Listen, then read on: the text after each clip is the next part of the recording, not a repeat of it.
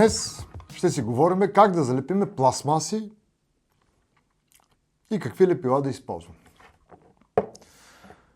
Първо започваме с акрилок, безцветно лепило, което е идеално за лепене на безцветни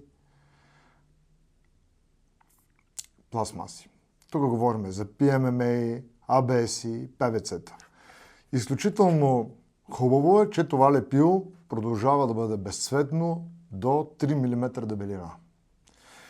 Изключително добра адхезия има към пластмасите, изключая полипропилен, полиетилен и тефлон.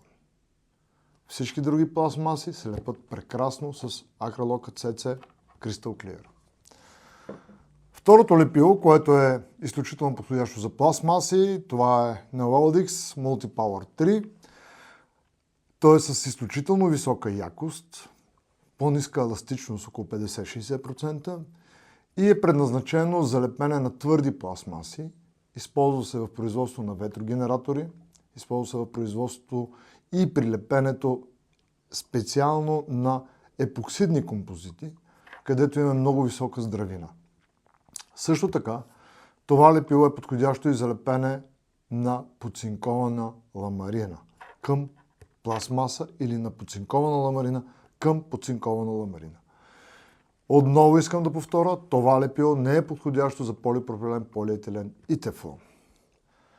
За групата на трудно лепимите пластмаси, както вече споменах няколко пъти, полипропилен, полиетилен и тефлон, имаме специално лепило Полипласт 3, което се е доказало във времето като най-доброто и единствено лепило налично в България за лепене на тези трудно лепими материали.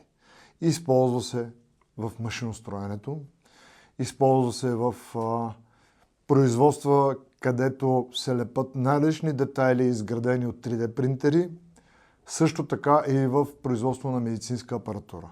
Само това лепило може да лепи тези три трудно лепими материала. Разбира се, не го препоръчваме за лепене на полипропиленови тръби. Няма сертификат и не е хубаво през него да минава питейна или чиста вода. Това е лепило за индустриално използване, не е за битово използване. Единственият недостатък на това лепило, но той се определя от вида на материалите, които лепи, е изключително бавно втвърдява. Имаме около 12 часа, за да може да промени достатъчно добре структурата на тези материали и да успее да ги залепи. Благодаря за вниманието.